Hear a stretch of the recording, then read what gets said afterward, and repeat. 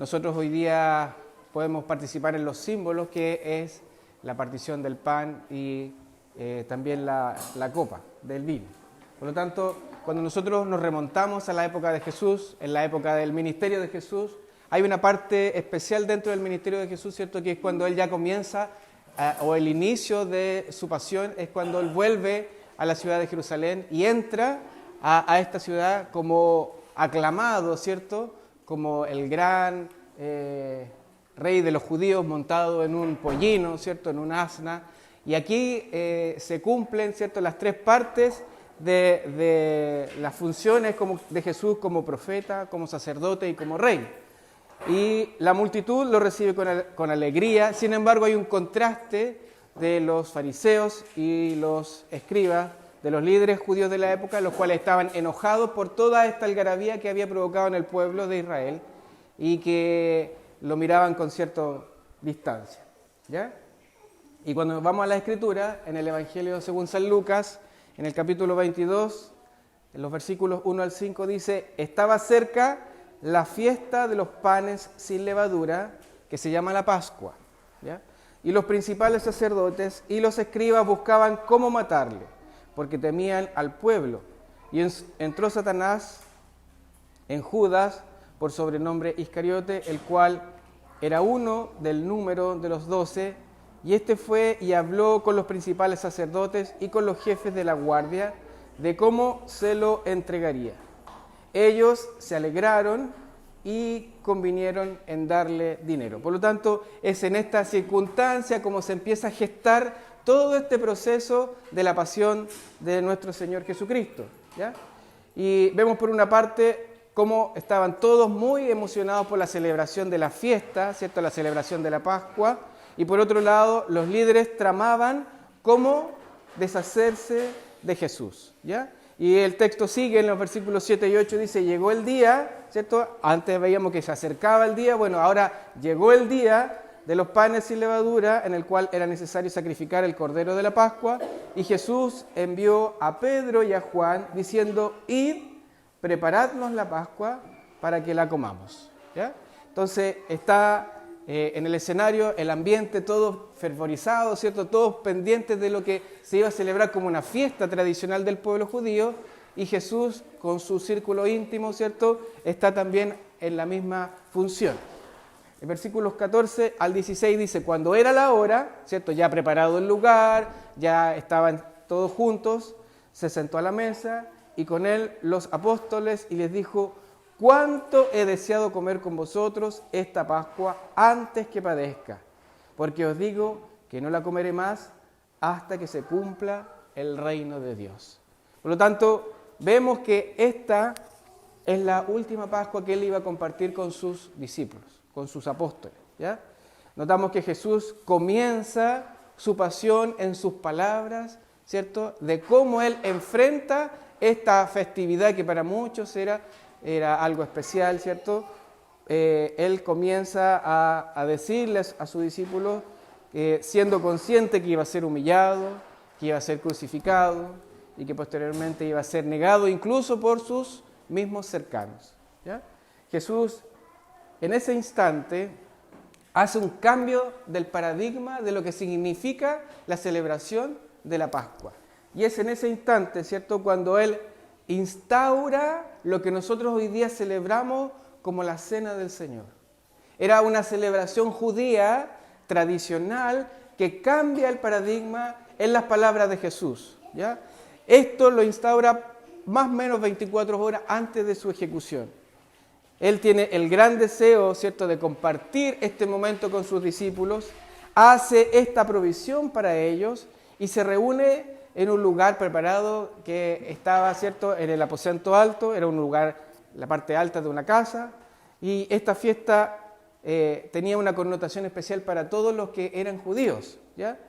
Esta fiesta se celebraba anualmente y no podía fallar ningún año, y recuerda la acción redentora de Dios al salvar al pueblo de Israel desde Egipto. Entonces, vamos a ponernos en contexto, ¿cierto?, de qué es lo que se celebraba en la Pascua de los judíos, ¿ya?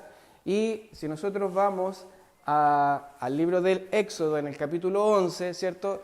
Están ahí reflejadas todas aquellas formas en las cuales se trató de insistentemente de pedir al faraón que liberara al pueblo de Israel de la esclavitud, ¿ya? Y el Señor mandó distintas plagas, ¿cierto? Ahí hay unos dibujos, pero están todas escritas en el libro de Éxodo, en el capítulo 11, ¿cierto? El agua en sangre, la plaga de las ranas, ¿cierto? De las langostas, de las abejas, de los mosquitos, de la enfermedad de las bestias, etcétera, etcétera, etcétera, hasta llegar a la última, que es la muerte de los primogénitos, ¿ya? Y cuando nosotros vamos al libro de Éxodo, en el capítulo 12, está relatado todo lo que iba a venir y cómo es que se podían salvar los hijos primogénitos del pueblo de Israel. Entonces, vamos a ver algunos versículos de este capítulo 12 para ponernos en contexto de esto. Entonces, esta era una tradición del pueblo judío que se celebraba anualmente y se instaura precisamente en la víspera de la última plaga, que es la muerte de los primogénitos. Y cuando un niño, ¿cierto?, le preguntaba al padre de familia por qué es que se celebraba la Pascua, ellos debían responder esto que está aquí, dice, vosotros responderéis, es la víctima de la Pascua de Jehová, el cual pasó por encima de las casas de los hijos de Israel en Egipto cuando hirió a los egipcios y libró nuestras casas. ¿Ya? Eso quiere decir que él hizo una provisión, ¿cierto? Esa provisión era de un cordero pascual, ¿cierto? El cual tenía que ser degollado, tenía que ser muerto y tenía que el padre de familia pintar con la sangre de ese cordero el dintel de la puerta de su casa, que fuese como una marca, para que el ángel, ¿cierto?, de la muerte, cuando pasara ese día, esa noche, por esa casa y viese esa marca, fuese, digamos, la señal de que ahí había un hijo del pueblo de Israel, ¿ya? Por lo tanto, Dios hizo provisión para preservar la vida de los hijos de esa casa, ¿ok? Por lo tanto, ¿de qué fue de lo que los libró? No solamente de la esclavitud, no solamente de la servidumbre, sino que pasará por alto aquella casa por la sangre de ese cordero que fue inmolado, que fue sacrificado. Pasará su justicia sobre los egipcios, pero de misericordia por la puerta de esa casa donde estaba la señal y la marca, ¿ya? Y en el versículo 23 del capítulo 12 dice, porque Jehová pasará hiriendo a los egipcios, y cuando vea la sangre en el dintel y en los dos postes, pasará Jehová aquella puerta y no dejará entrar al heridor en vuestras casas para herir, ¿ya? Por lo tanto, vemos cómo él hace, ¿cierto?, una provisión para salvaguardar a los hijos de esa casa, ¿ya? Por lo tanto, Dios libró a sus hijos y los sacó de la esclavitud del pueblo egipcio, ¿cierto? Y les hace una promesa y les dice, yo seré su Dios y ustedes serán mi pueblo, ¿ya? Y la Pascua era una forma de recordar todo lo que ellos vivieron en este proceso de redención, de rescate, ¿cierto? Porque, como decíamos anteriormente, uno de los hijos, el más pequeño de la casa, tenía que preguntarle al papá, ¿por qué celebramos esto? Y el papá tenía que dar la explicación. Y todos los hijos sabían, ¿cierto?, ya de qué se celebraba, pero al otro año el padre nuevamente recibía la pregunta del hijo y él tenía que volver a recordarle. ¿Para qué? Para que los hijos se le grabara en su corazón lo que Dios había hecho con sus vidas, ¿ya? Cómo es que Él los había salvado, ¿ya? Por lo tanto, es un llamado a no olvidar cuando fueron redimidos de la esclavitud del pueblo egipcio a través de esta sangre del Cordero Pascual, ¿ya? Por lo tanto, Él instruye al pueblo que ese día debe ser celebrado o debe ser recordado de manera perpetua, no solamente 1 año, 5 años, 10 años, sino que perpetuamente. Y el versículo 17 del mismo capítulo 12 de Éxodo dice, y guardaréis la fiesta de los panes sin levadura, porque en este mismo día saqué vuestras huestes de la tierra de Egipto. Por tanto, guardaréis este mandamiento en vuestras generaciones por costumbre perpetua. ¿Ya? Entonces ahí está clara la instrucción de parte del Señor, que esto no era para que fuese olvidado, sino que para que se transmitiera de generación en generación. ¿Ya? Ahora, ¿cómo se celebraba? ¿Cómo es que, porque la instrucción para la primera noche fue, cierto, de haber sacrificado ese Cordero Pascual? Bueno, ¿y cómo se celebraba en las siguientes generaciones? Bueno, se les instruyó, ¿cierto?, que el animal sería sin defecto, sería un macho de 1 año, lo tomaréis de las ovejas o de las cabras, ¿cierto? Y se produciría la inmolación, dice, y lo guardaréis hasta el día 14 de este mes, y lo inmolará toda la congregación del pueblo de Israel entre las 2 tardes. ¿Ya? La inmolación significa el sacrificio, ¿cierto? Matarlo, en sacrificio a lo que se estaba celebrando. ¿Ya? Y el Isaías 53, versículos 7 al 10 dice, angustiado y afligido, no abrió su boca, como cordero fue llevado al matadero y como oveja delante de sus trasquiladores. Enmudeció y no abrió su boca. Con todo eso Jehová quiso quebrantarlo, sujetándole a padecimiento cuando haya puesto su vida en expiación por el pecado. Verá linaje, vivirá por largos días, y la voluntad de Jehová será en su mano prosperada. Haciendo alusión a lo que sería el Cordero Pascual perfecto, ¿cierto? El Cordero Pascual que no tenía mancha, que era el impoluto, el sin pecado, ¿cierto?, que era Jesús. ¿Ya? Por lo tanto, todo esto que al pueblo de Israel se le instruyó como un mandato, ¿cierto?, tiene una connotación mucho mayor al analizarlo en perspectiva, en forma retrospectiva, ¿cierto?, cuando uno lo analiza hacia atrás. Y ellos lo miraban, ¿cierto?, como una tradición, ¿cierto? Y cuando nosotros vemos la historia, ese día en que Jesús está en el aposento alto, ¿cierto?, está en vísperas de su ejecución, estaba perfectamente relacionado en la temporalidad con lo que los judíos estaban celebrando, ¿cierto? Estaban sacrificando todo su corderito, todo su macho cabrío, todo su cordero sin mancha, y él estaba siendo preparado para ir a la cruz del Calvario, para ir a derramar su sangre.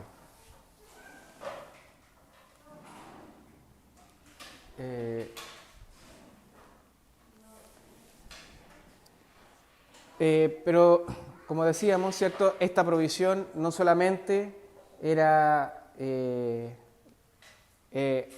hacia el pasado, sino que también hacia el futuro, hacia esta última Pascua, la Pascua perfecta, donde el perfecto Cordero sería sacrificado. ¿Ya? Y volvemos al libro de Jeremías, ahora en el capítulo 31, donde dice la siguiente frase. Dice, he aquí que vienen días, dice Jehová, en los cuales haré un nuevo pacto con la casa de Israel. ¿Ya? El pacto antiguo, ¿cierto?, iba a terminar y iba a venir un nuevo pacto con la casa de Israel y con la casa de Judá. No como el pacto que hice con sus padres el día que tomé su mano para sacarlos de la tierra de Egipto, ¿cierto?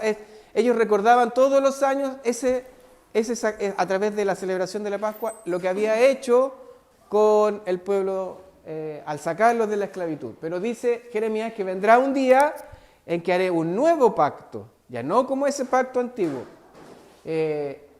porque ellos invalidaron mi pacto.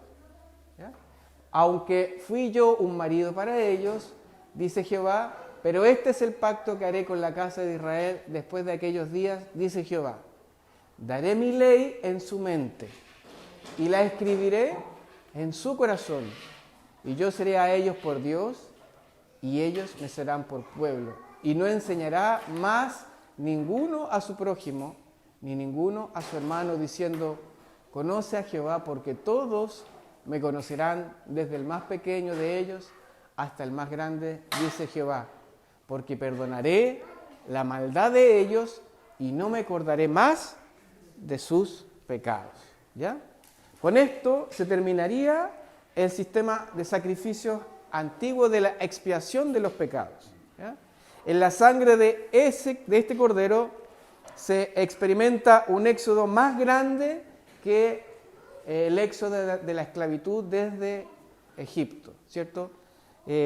Sino que se experimenta un éxodo de la esclavitud del pecado en la cual están todos los hombres bajo la esclavitud de Satanás, ¿cierto?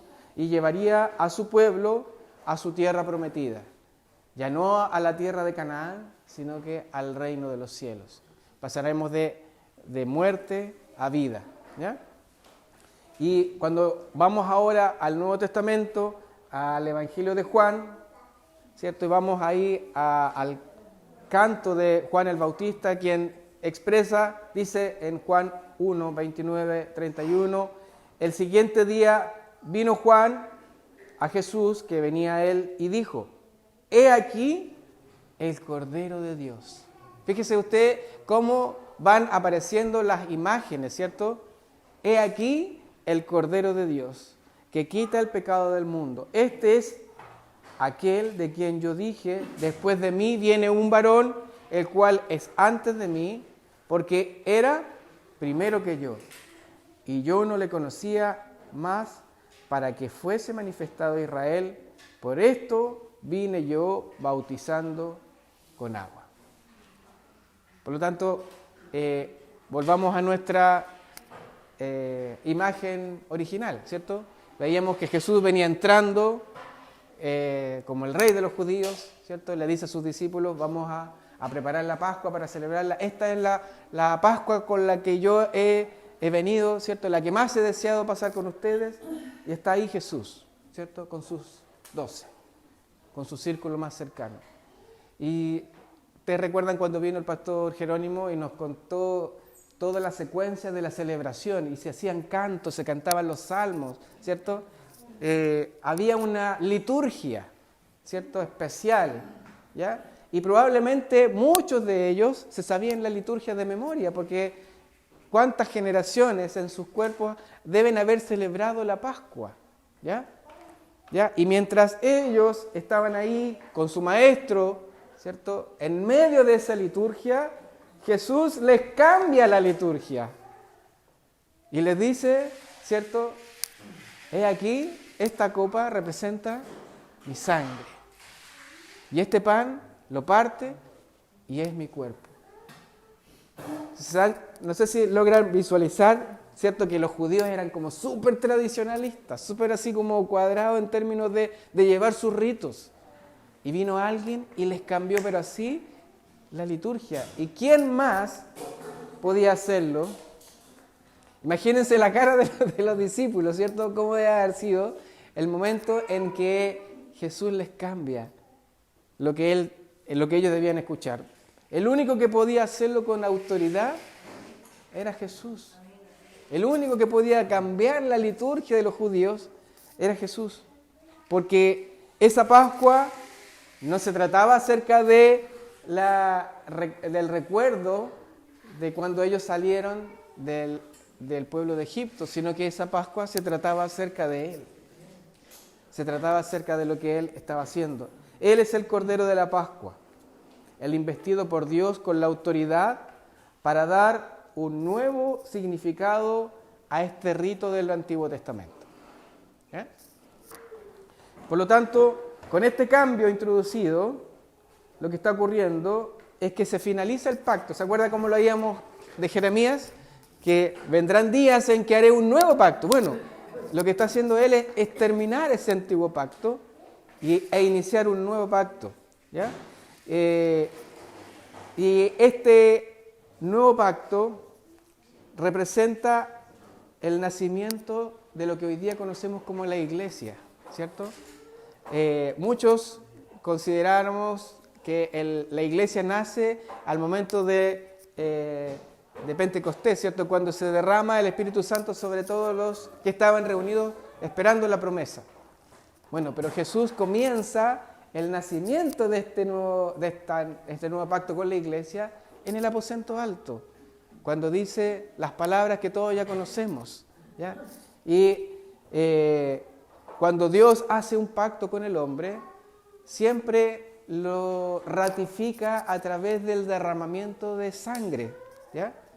Y la sangre del Cordero Pascual, ¿cierto?, que fue usada para marcar las dinteles de las puertas, ahora ya no iba a ser de ese Cordero, sino que la sangre iba a ser derramada de quien estaba instaurando este nuevo pacto, de Jesús mismo, ¿ya? Y lo haría pocas horas después de que estuviese sentado ahí con sus discípulos, ¿ya? La ratificación de este nuevo pacto que Jesús instituye ocurre a la siguiente tarde, su propia sangre derramada, ¿ya? Y cuando nosotros vemos, ¿cierto?, que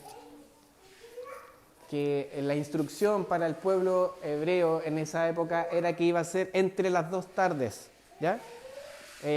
Posteriormente, cuando se le entrega el mandato en el libro de Deuteronomio, creo que iba a ser cerca de las 3 de la tarde, antes de la puesta del sol, ¿ya?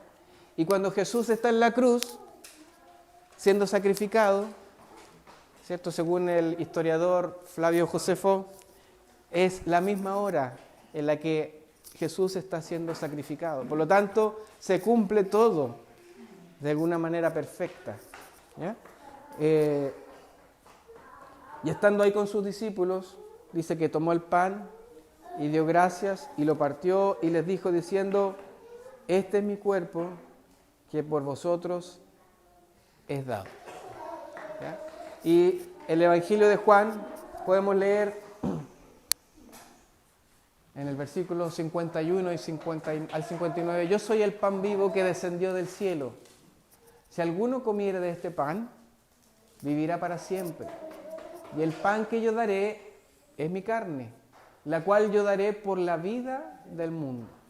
Entonces los judíos contendían entre sí diciendo: ¿cómo puede éste darnos a comer su carne?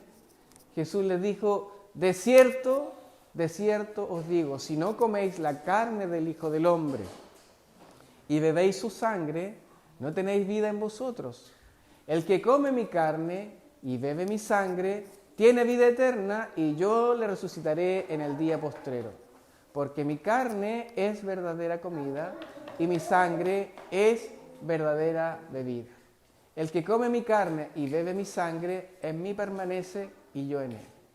Como me envió el Padre viviente, y yo vivo por el Padre, asimismo el que me come, él también vivirá por mí. Este es el pan que descendió del cielo, no como vuestros padres comieron el maná y murieron. El que come de este pan vivirá eternamente. Estas cosas dijo en la sinagoga enseñando en Capernaum. Por lo tanto, muchos, ¿cierto?, se distorsionan, ¿cierto?, lo que dijo Jesús en términos de comer su carne, ¿ya? Y los hermanos católicos, ¿cierto?, la religión católica romana, cree que al momento de la comunión, la hostia se transforma en el cuerpo del Señor, es lo que se denomina la transustantación, ¿ya? Nosotros, ¿cierto?, creemos que espiritualmente, al comer el pan, lo que hacemos es recordar el sacrificio de Jesús, ¿ya? No consideramos, ¿cierto?, que al momento de recibir la cena del Señor, el pan que estamos comiendo físicamente sea el cuerpo de Cristo, ¿ya?, sino que es recordar el cuerpo partido, molido en beneficio de nuestros pecados, ¿ya? Y dice, de igual manera, después que hubo cenado, tomó la copa diciendo: esta copa es el nuevo pacto en mi sangre que por vosotros se derrama. Cada vez que nosotros hacemos cierto recuerdo de la cena del Señor, lo que estamos haciendo es recordar el sacrificio de Jesús. la provisión que Él hizo para salvar nuestra vida de la condenación del pecado, de esa obra que muchos, ¿cierto?, no valoran y que gracias a la misericordia del Señor se ha revelado a nuestras vidas para que nosotros podamos entender lo que significa el sacrificio de Jesús, ¿ya? La cena del Señor, instituida por Jesús en el aposento alto, ¿cierto?, fue una tradición que se comenzó a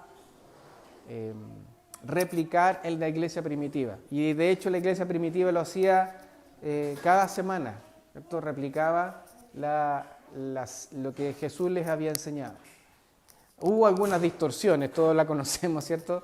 En el libro de Corintios hay ahí una reprimenda de parte de Pablo a los hermanos que estaban haciendo o celebrando de manera impropia, ¿cierto?, la cena del Señor. Pero lo importante para nosotros es que tenemos que hacerlo en memoria. Es una forma en la cual nosotros podemos hacernos un autoexamen. Podemos mirarnos a nosotros mismos y decir, ¿cómo estoy? ¿Cómo está mi vida? ¿Cierto? Y desde que la hemos empezado a hacer como cuerpo, ¿cierto? Yo creo que cada uno de nosotros ya no hace un rito, sino que lo hace de una manera muy consagrada. Y que estemos aquí hoy día haciendo como un recuerdo de lo que significa la cena del Señor, es para que comencemos una semana de preparación, ¿cierto? Todos los días debemos estar preparados, ¿cierto? Pero esta semana es una semana especial. Es una semana en la que tenemos que preparar nuestra vida para recordar lo que el Señor hizo por nosotros, ¿ya? Por lo tanto, los judíos celebraban, ¿cierto?, esta fiesta con panes sin levadura, ¿cierto? La levadura, usted sabe lo que es, ¿cierto? Es algo para que suba el pan, ¿ya? Y el pan sin levadura es un pan bajo, ¿cierto? Es un pan a veces no tan agradable de comer, ¿ya? Pero la levadura en la vida del cristiano simboliza el pecado, ¿ya? Por lo tanto, cuando nosotros comenzamos esta semana especial, ¿cierto?, de preparación, nosotros tenemos que hacer una vista interior, introspectiva, ¿ya? Entonces, la pregunta para nosotros esta semana es, ¿nos hemos limpiado de esa levadura que probablemente está de continuo en nuestras vidas y que debe salir y que no le agrada al Señor? Del mundo, de la carne. Hoy día recibimos ampliamente estímulos, ¿cierto?, de todas partes, los jóvenes, los adultos, de lo que es el mundo, ¿ya?, de los deseos pecaminosos de la carne, ¿ya?, de nuestra propia justicia, de tratar de justificarnos, ¿ya? Por lo tanto, la pregunta final para nosotros es ¿cómo vamos a celebrar la cena del Señor? ¿Cómo vamos a celebrar la Pascua de este Cordero perfecto que es Cristo el Señor? Es una pregunta para que la podamos meditar, la podamos madurar y la llevemos durante esta semana con la visión de que la próxima semana vamos a compartir la mesa del Señor.